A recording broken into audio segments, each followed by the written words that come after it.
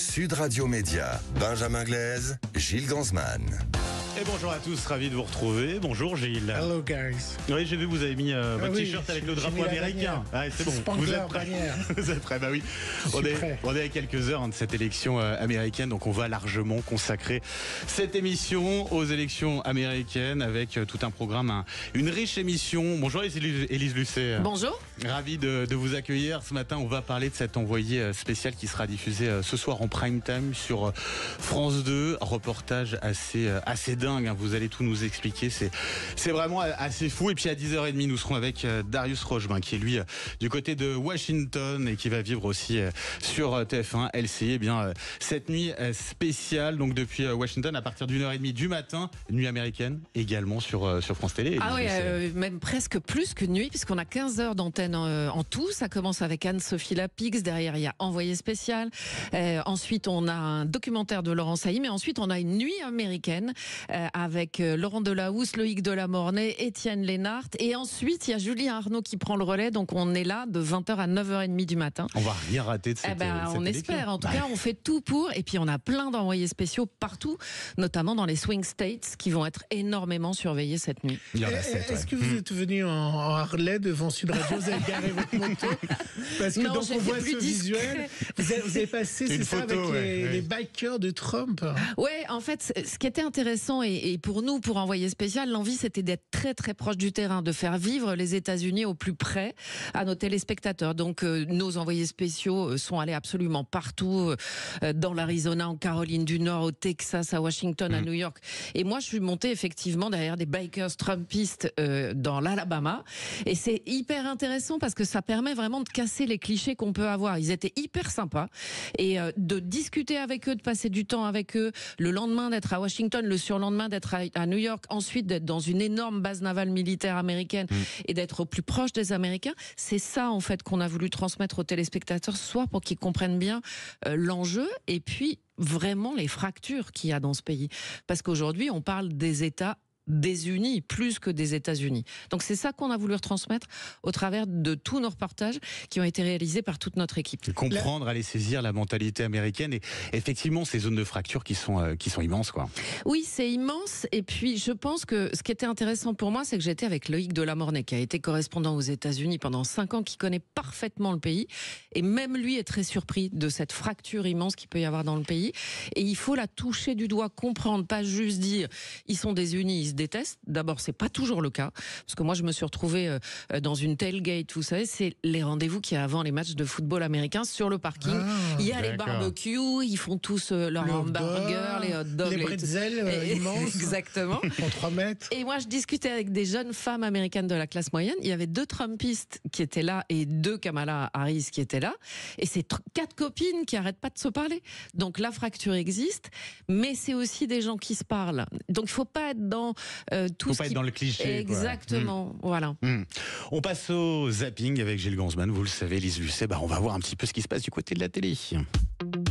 Sud Radio Média, l'instant zapping. Oh, c'est Can you see? Est-ce que tu vois mes étoiles?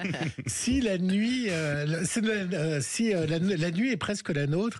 Évidemment, c'est l'hymne américain parce que c'est le D-Day des élections américaines. Si vous n'étiez pas au courant, c'est gentil de me le rappeler. Les cœurs de rappel aujourd'hui. Alors, bon. Quotidien sur TMC a été sondé nos députés pour savoir est-ce qu'ils sont plutôt Kamala ou Donald. Dans l'ordre d'entrée, Sandrine Rousseau, Olivier Marleix des LR, Aurélien Pradier et Éric Ciotti. On écoute les 4. Question simple, vous êtes plutôt Donald Trump ou Kamala Harris? Je suis pas sûre qu'il y ait beaucoup de suspense. Je suis Kamala Harris. Pourquoi? Elle est démocrate, qu'elle porte des combats importants aux États-Unis comme l'IVG. Je la trouve pas suffisamment radicale ni sur les questions écolo ni à gauche, mais c'est mieux que Trump. Vous êtes plutôt Donald Trump ou Kamala Harris? Ah, bonne question. Je suis payé pour ça. Je suis pas Trump. Non. Vous n'êtes pas Harris non plus? Je serais plutôt Harris, ouais. Trump, il y a des sujets qui vont plus dans ce qu'il a fait en matière de politique industrielle dans son premier mandat. Le côté l'Amérique d'abord, on industrialise, on défend son pays. Mais voilà, j'aime pas trop l'outrance en politique. Je trouve un peu malsain, quoi. C'est un premier feeling, mais on sent que l'Assemblée est plutôt pro-Kamala. Vous êtes plutôt Trump ou Kamala Harris? Je suis plutôt Kamala Harris. Vous avez hésité?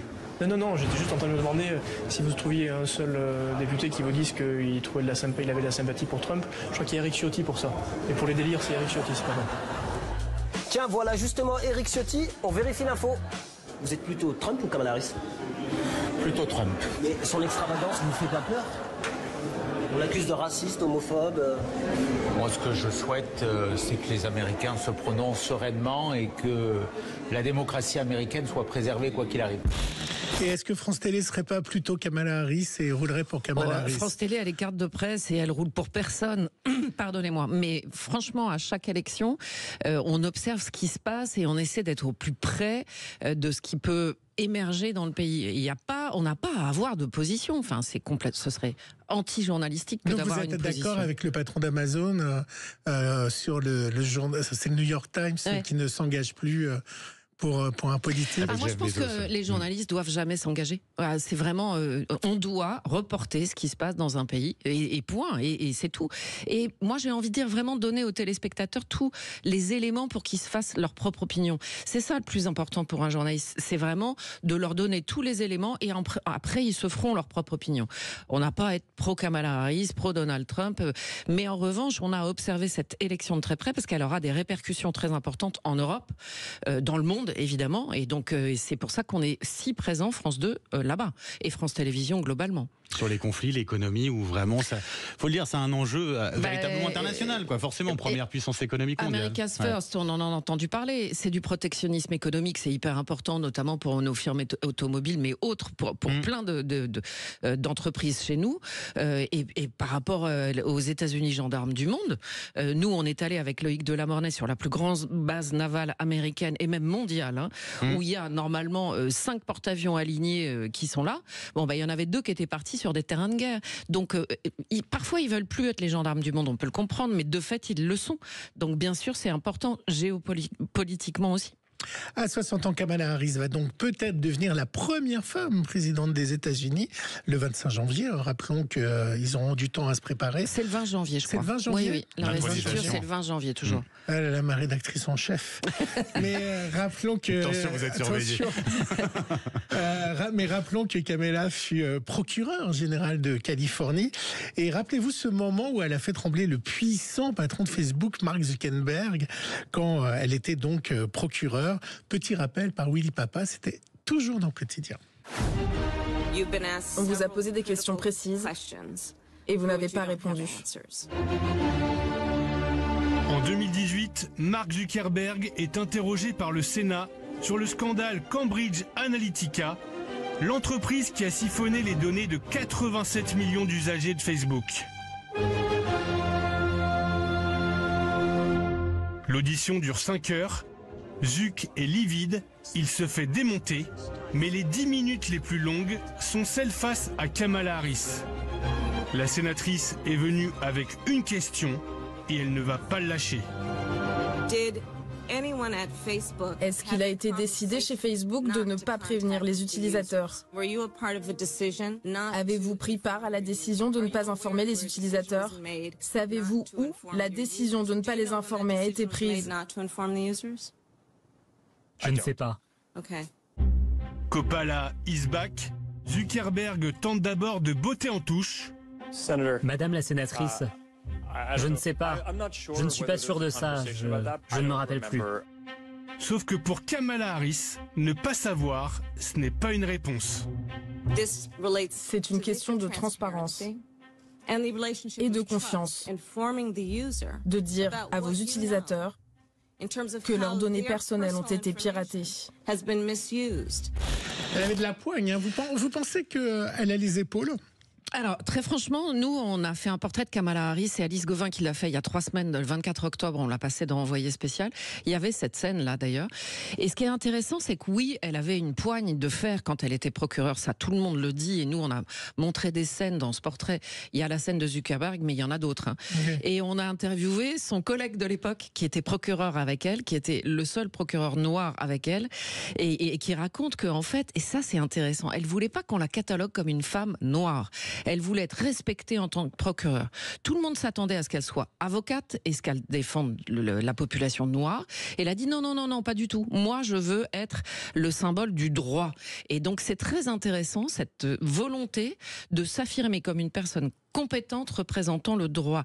Et ça l'a suivi toute sa vie. Alors, compétente ou pas, moi, je ne suis pas compétente pour le dire. Je le dis franchement, Gilles. Parce que c'est à l'épreuve des faits qu'on verra. Il y a plus de 40 ans, pas plus, il y a 40 ans, même pile, presque, naissait Canal+, et le célèbre... Ah oui, je chante ce matin. C'est vrai. Oui, j'entends ça. Après l'hymne américain. Hier, j'ai pas mal fait le... Canal+, à cette occasion, a fait un clin d'œil aux plateformes et à Culte. Ils ont mis en ligne une vidéo comme si, en fait, l'histoire de Canal+, c'était une série Netflix. Je ne sais pas si vous avez vu. Non, pas cette encore. bande-annonce qui est incroyablement faite. Alors là, vous allez entendre une partie, mais allez la voir. Ils ont imaginé que Canal+, c'était une série. Ça commence par le bureau où il y a Mitterrand. J'ai un canal pour une chaîne de télévision et je souhaite vous en confier la responsabilité. Mais à une seule condition, c'est qu'elle incarne la culture en France. Sans pub, sans redevance, on ne tient pas une semaine. C'est quoi ça?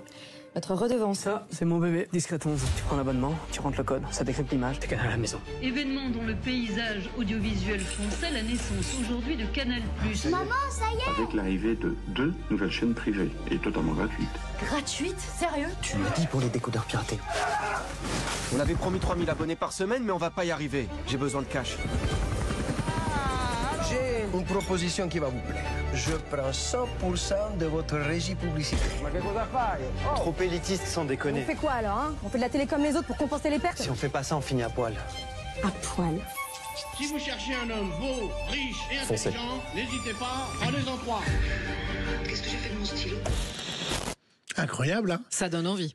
C'est super bien fait. Ouais, super. D'ailleurs, vous avez ce ton-là dans Cache Investigation, le côté un peu avec la voix off, fiction. Ça c'est vraiment une marque forte de la narration. Moi, je dis souvent que le journalisme, enfin, je le pense en fait, que le journalisme, c'est une aventure. Et que plutôt que de donner des leçons aux téléspectateurs, il faut leur faire vivre l'aventure journalistique. Et que ce soit dans Envoyé ou dans Cache, on essaie de faire vivre ces aventures journalistiques. Et parfois d'avoir des codes d'écriture, effectivement, de série, plus dans Cache que dans Envoyé. Mais c'est une manière de rendre aussi l'information, y compris la plus complexe, digeste pour tout le monde. On est sur une télé publique qui s'adresse à absolument tout le monde. Donc démocratiquement, on doit rendre nos programmes accessibles. C'est hyper important. Et pouvoir intéresser n'importe qui, y compris à des sujets supra-complexes, parce que ça les concerne. Et vous avez jamais eu de proposition de Canal+? Si, à l'époque, il y a longtemps, au tout début, j'avais eu des propositions de TF1, de Canal+, mais en fait, moi, je me sens très bien dans le service public parce qu'on y a une liberté incroyable pour exercer notre travail journalistique qu'il n'y a pas forcément ailleurs. On va pas se mentir, on dépend pas des annonceurs, en tout cas pas autant, et donc on a plus de liberté à France Télévisions. Et Delphine Ernotte en est la garante pour l'instant. Elle nous laisse vraiment les mains libres pour faire un travail journalistique. Elle ne nous demande qu'une chose, c'est que ce soit sérieux, très sérieux, et qui est effectivement la promesse de révélation dans nos enquêtes.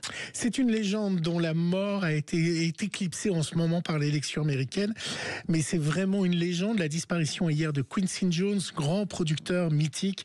Les carrières de Michael Jackson, Frank Sinatra, Ray Charles, Donna Summer n'auraient pas été les mêmes. 28 Grammy Awards pour Quincy Jones. Mais oui, incroyable. Et on n'en parle presque pas parce qu'évidemment, l'élection est en train d'être en avant dans l'actu.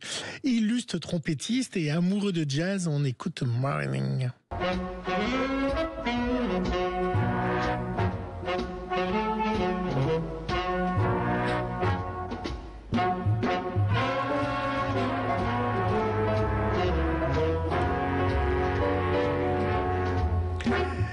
Et j'aurais pu même vous passer Heartbreak Hotel, vous savez, d'Elvis Presley. C'était la deuxième trompette dans la chanson de Heartbreak Hotel d'Elvis Presley. Et vous connaissez l'anecdote, en fait, Quincy Jones, c'était un délinquant, et un jour, il rentre dans un magasin pour faire un braquage, et il y a un piano dans le magasin, et il s'assoit au piano. Et là, ça a été la révélation, et c'est comme ça qu'il est devenu musicien. Non, si, dingue. Promis. Incroyable. Vous écoutez beaucoup de musique ou pas? Du jazz, ouais. Du jazz, ça vous plaît? Ouais, j'adore. Donc là, on est en plein dedans. Ouais, du jazz, du groove. Mais bon, j'écoute plein de trucs, en fait. J'écoute aussi du classique, et j'écoute plein de trucs.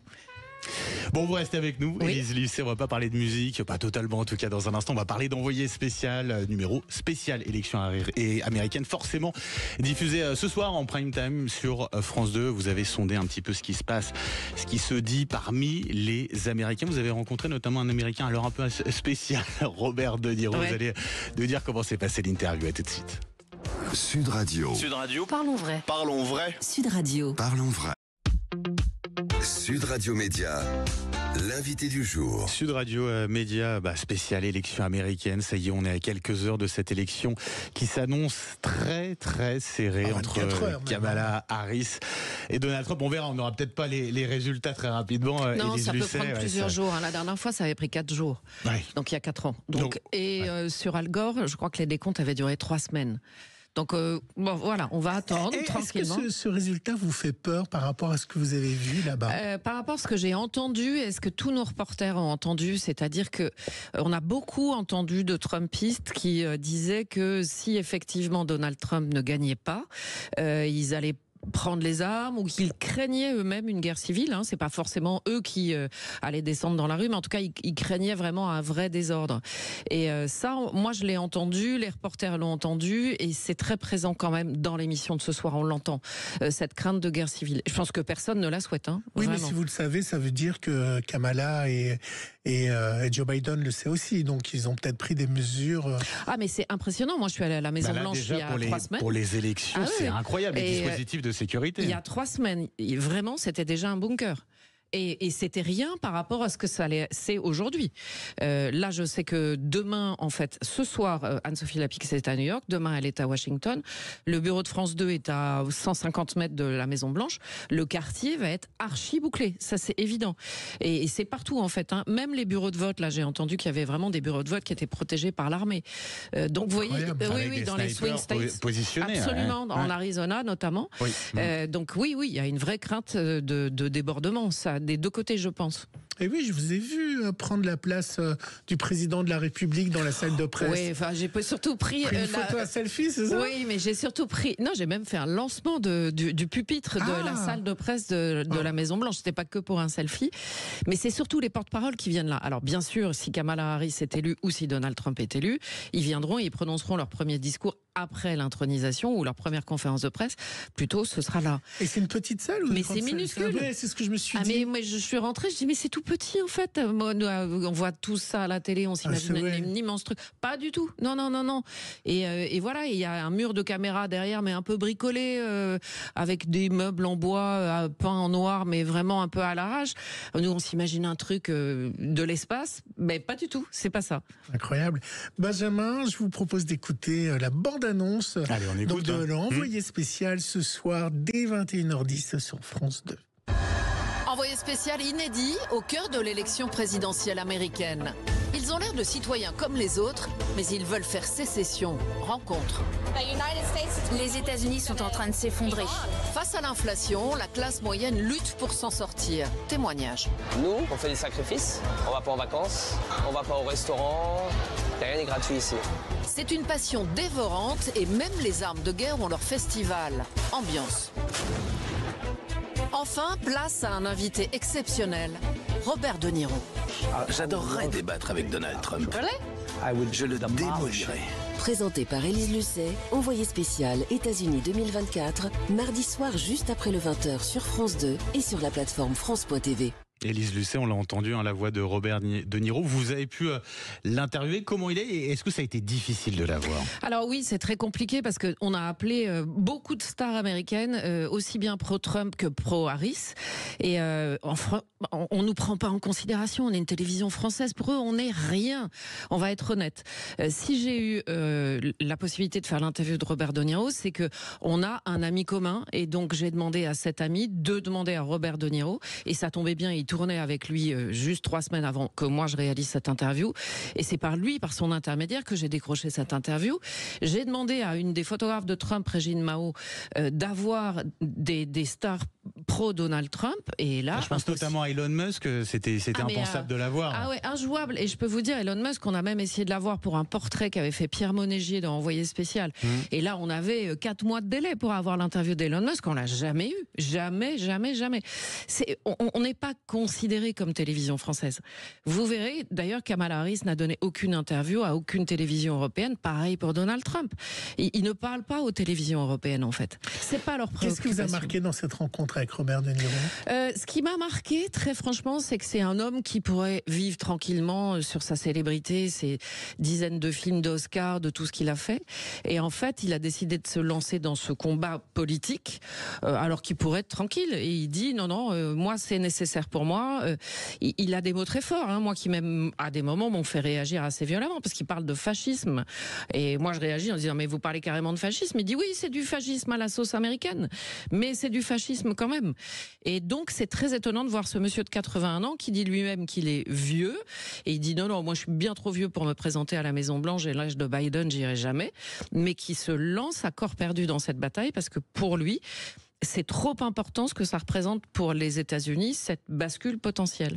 Alors, je peux vous dire qu'il y va pas avec le dos de la cuillère. Hein. Il y a des noms d'oiseaux qui fusent, parfois un peu beaucoup d'ailleurs, parfois même un peu trop. Un peu trop, ouais. Ouais, parce qu'il y va. Et ce qui est intéressant, c'est quand je lui demande, vous iriez débattre avec Donald Trump. Là, c'est plus du tout un vieux monsieur, c'est le Robert De Niro de ses 35 ans. Et son visage change complètement quand il dit, mais oui, j'adorerais débattre avec lui, je le démolirais. Et là, on retrouve le De Niro des films, quoi. C'est impressionnant. Pourquoi les gens votent Donald Trump si c'est un fasciste? C'est très intéressant parce que moi je lui pose la question en disant mais attendez, il y a plein d'Américains qui votent Donald Trump, ils sont pas débiles, on va dire ça. Enfin, je veux dire, je pense qu'il y a beaucoup de craintes en fait, de gens qui sont dans une grande pauvreté. D'abord, ils ont subi l'inflation comme nous en Europe et de plein fouet, et ils ont attribué cette inflation à Biden, ce qui n'était pas forcément le cas parce que c'était une inflation mondiale. Et donc c'est aussi ça, c'est ce sentiment de déclassement qui fait qu'à un moment ils disent beaucoup, on vivait mieux sous Donald Trump. Vous pensez qu'on pourrait avoir un Donald Trump en France ? Oh, je pense qu'il faut pas comparer parce que franchement, on n'a pas le même système électoral, on n'a pas les. Je ne crois pas qu'on soit dans ça. Exactement, c'est ce que j'allais dire, Gilles. On n'est pas dans les mêmes outrances. En tout cas, je l'espère, franchement. Des outrances et puis alors des scènes inimaginables dans cet envoyé spécial ce soir, donc 21h sur France 2. On a notamment ce festival d'armes, stand de tir à ciel ouvert dans un désert. On tire au sniper, on tire au bazooka, au lance-roquettes, et puis même avec des tanks, au char d'assaut. C'est incroyable ça. Des boules de bowling. Oui. Au mortier. Alors c'est en Arizona le festival de Big Sandy Hook auquel Loïc Delamornay s'est rendu. Et pareil, voilà, c'est parce que Loïc a été un excellent correspondant pendant 5 ans aux États-Unis qu'on a accès à ce genre de choses. Sinon, on ne serait pas accepté. C'est évident. Et c'est stupéfiant. C'est effroyable. Parce que c'est des particuliers, hein, c'est pas un festival d'armes de guerre d'industriels de l'armement, c'est des particuliers qui ont acheté des chars, des lance-roquettes, il y a des adolescents, des gamins qui sont là pieds nus au milieu des armes de guerre, et ils défouraillent comme des malades sur une colline dans le désert, dans l'Arizona.